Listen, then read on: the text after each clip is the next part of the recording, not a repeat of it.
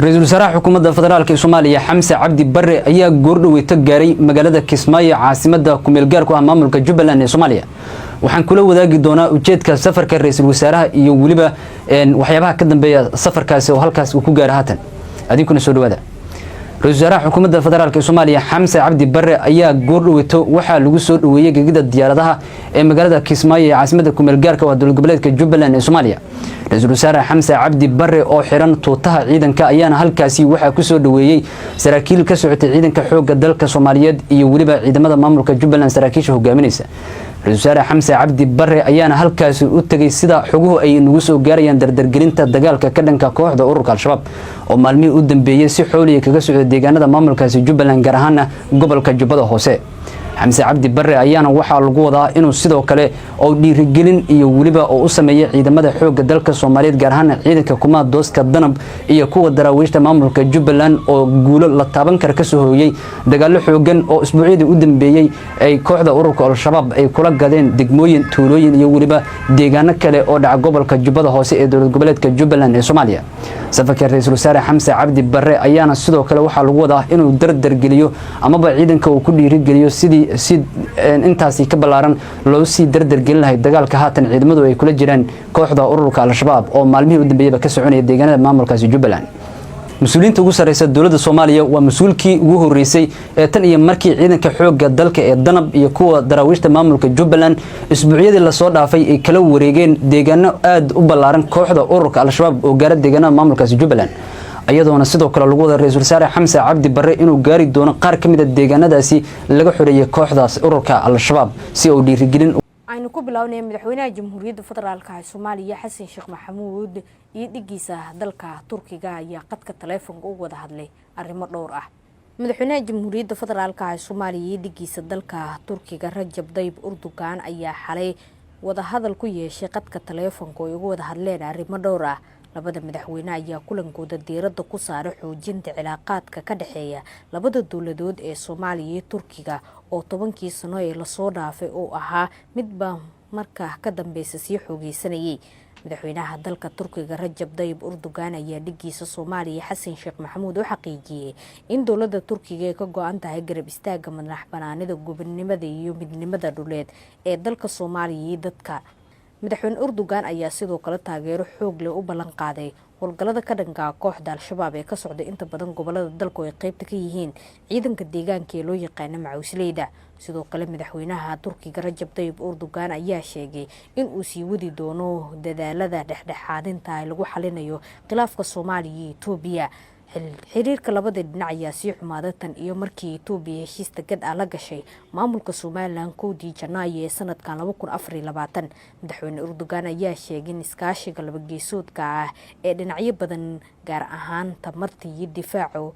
u sii wadi doonto in uu hore u sii socdo dhawaan baarlamaanka dalka Turkiga ayaa meel mariyay mushinka uu Turkiga ciidamada ugu soo dirayo biyaha Soomaaliya kaasi oo qayb ka ah iskaashiga difaaca labada dal Soomaaliya ayaa doonaysa inuu Turkiga ka caawiyo amniga badda iyo dhismaha ciidamada qaran ee ilaalada badda Soomaaliya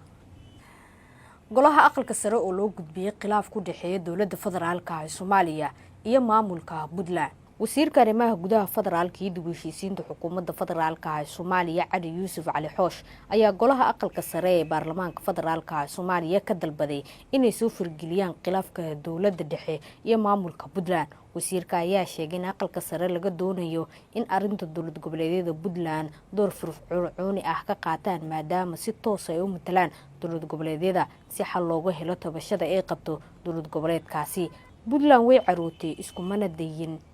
oo caro ayay ku maqan tahay aqalka sare oo naga hormara idinka hala idin aqbalo ayuu yiri wasiirka arrimaha gudaha oo hortagay golaha aqalka sare ee baarlamaanka federaalka ee Soomaaliya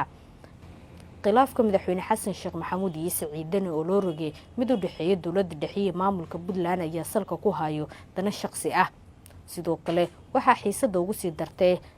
talaabooyinkii ugu dambeeyay ee filla Soomaaliya ee u qaaday dhanka dastuurka dalka Puntland ayaa tan iyo markaasi sheegtay inay si madax banaan u dhaqmayso inta laga dhameystirayo dastuurka ku meel gaarka ee Soomaaliya iyadoo eedeymo dhowr la u jeedisay dawladda federaalka Soomaaliya uu hogaamiyay Xasan Sheekh Maxamuud inkastoo ay u socdaan dadaalo ay wakiilada caalamka ku doonayaan in miiska wada hadalka la iskugu keeno madaxweyne xasan sheekh maxamuud iyo deni, haddana ma jiro ilaa hadda wax isku dhawaansho ah oo labada dhinac ka jiro. maamulka Somaliland ayaa sheegay inay qabteen xubno ka tirsan sirdoonka nabad sugidda ee Soomaaliya.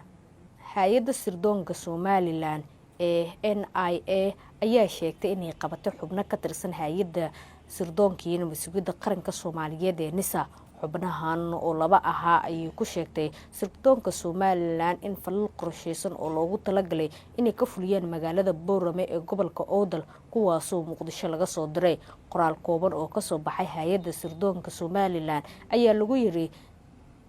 hay'adda sirdoonka ee Somaliland waxay gacanta ku dhigtay koox ka tirsan NISA oo howlgallo loogu soo diray Muqdisho kuna saabsan inay qas ka abuuraan Somaliland iyo dilal qorsheysan gaar ahaan Boorama. sidoo kale waxaa lagu yiri qoraalka oo la soo dhigay barta X ama Twitter, 2 nin oo kamid ah xubnahaasi waa la xiray halka 6 kalena lagu daba jiro. sidoo kale Somaliland ayaa ku daba jirta xubno kale oo ka tirsan hay'adda NISA oo howlgallo loogu soo diray Somaliland, kuwaasoo qayb ka ah xubnaha la qabtay sida ay sheegtay.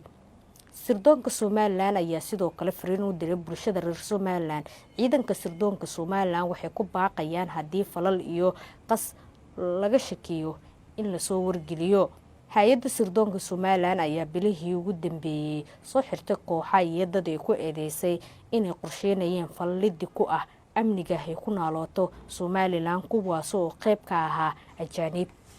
intaas waxay ahaayeen akhbaaraadka gudaha balmikan akhbaaraadka caalamka. qodobka ugu doorkaroon ee warka kooban ee Hiiraaweyn. ugu yaraan 45 qofood ayaa ku dhimatay, 10 kalena waxaa laga cabsi qabaa inay ku xayiran yihiin kadib markii roobab mihigaan ah